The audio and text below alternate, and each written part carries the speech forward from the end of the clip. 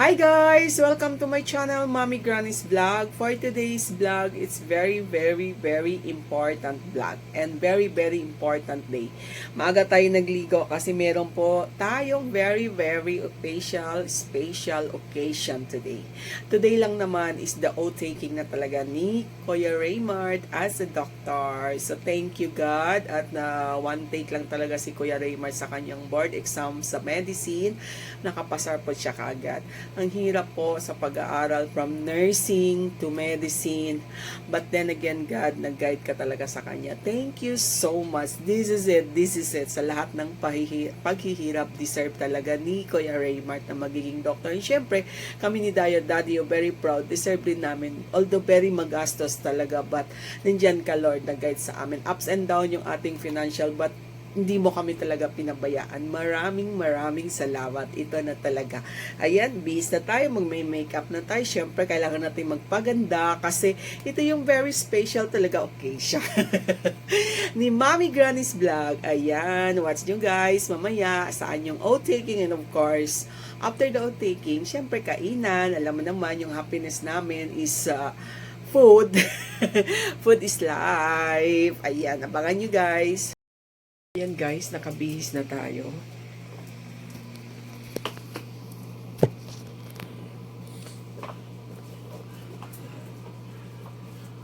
Okay ba? Ayan. Okay. Ganda ni Mami G. Siyempre, ito yung gagamitin natin. Ayan. Ang kalat guys. Basta lang makaayos nang mamadali na. So ayan guys. Going na kami. Actually very early kami. But dapat early yun. 11:22 pa lang. Pero 1 mag-start. So ayan si Daddy O. Syempre ang aming mag-oath-taking na doctor. Hi Kuya. Congratulations again. So ayan guys, on our way to the oath-taking venue, and after that syempre celebration. Abangan. Bye.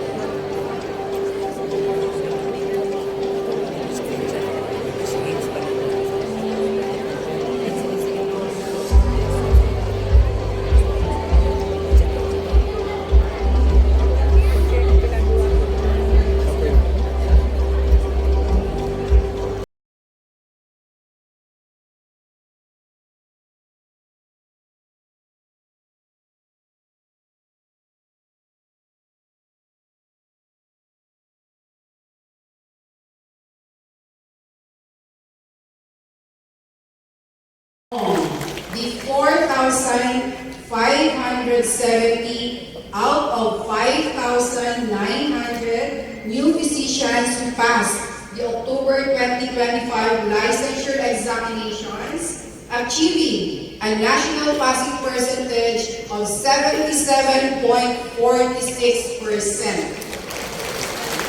Para hindi kayo masaya, unang pa rin. Mahirap ba? Sisihin po ninyo yung tatlong nasa harapan ninyo. For Region 11, please take your seats now. Message from the Professional Regulatory Board of Medicine. We would like to call the Honorable Joanna V. Remo for her message.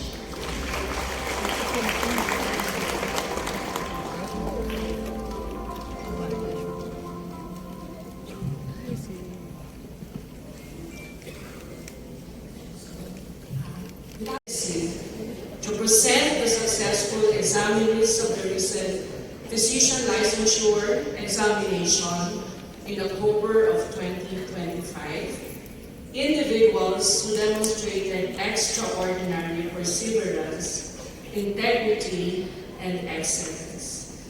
And thank you for making our school one of the top 10 performing medical schools in the Philippines. May I request the graduates of Davao Medical School Foundation, our new doctors, to please stand up. Yana, di ba? Ang kayo ang MSL. Wow! Congrats, Kuya.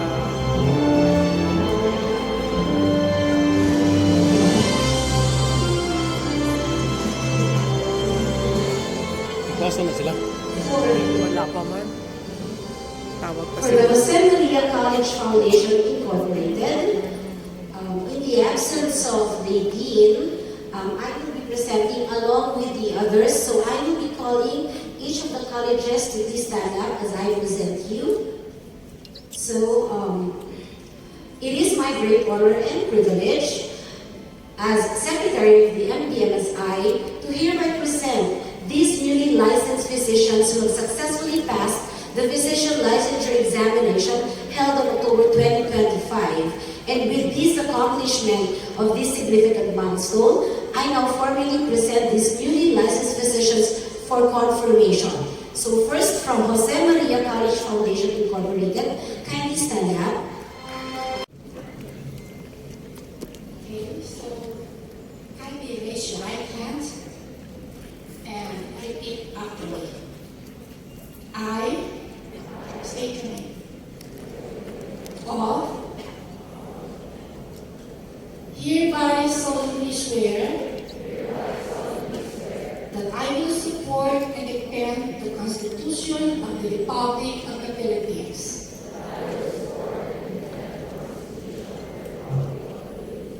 That I will bear true faith and allegiance to the same.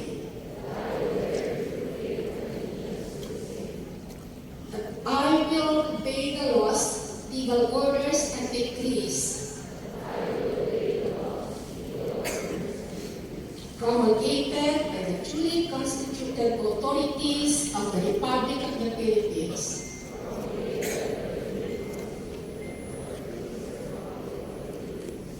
And that I impose this obligation upon myself voluntarily without mental reservation or purpose of evasion.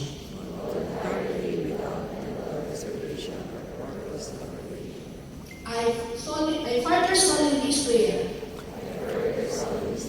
that at all times and places I will adhere closely to the ethical and professional rules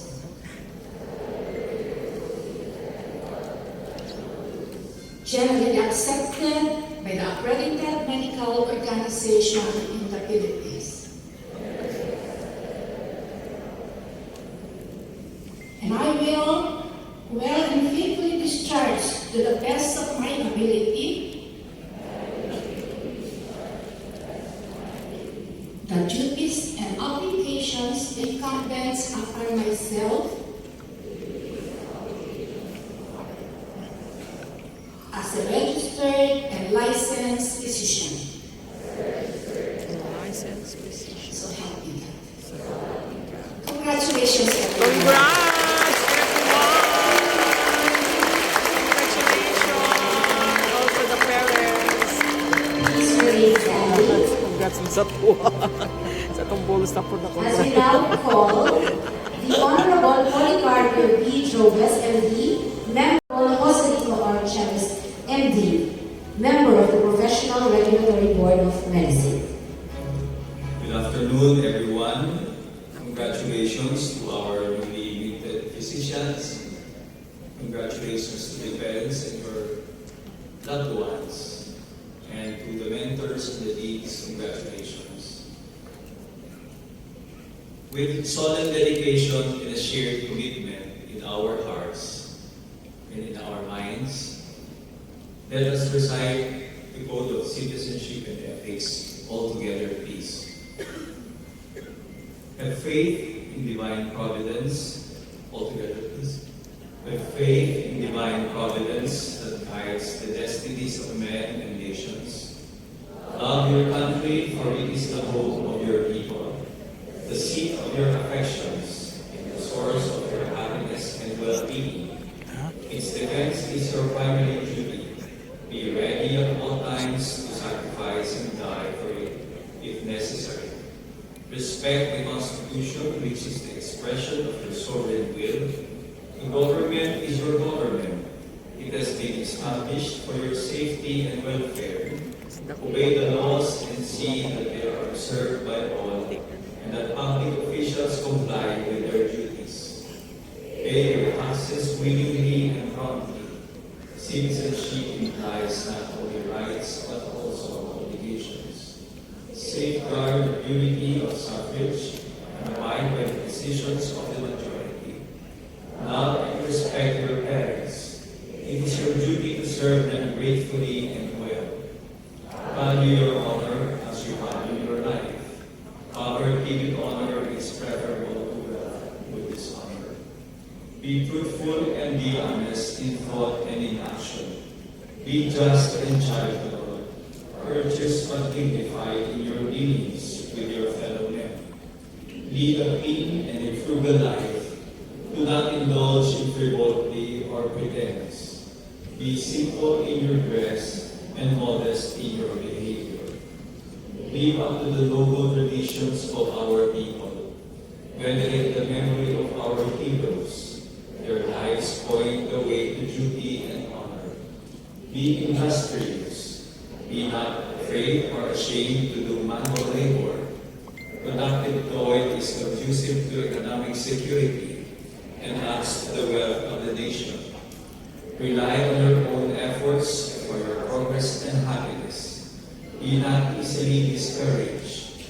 Persevere in the pursuit of your legitimate ambitions. Do your work cheerfully, thoroughly, and well. Work badly done is worse than work undone. Do not live for tomorrow what you can do today. Contribute to the welfare of your community and promote social justice.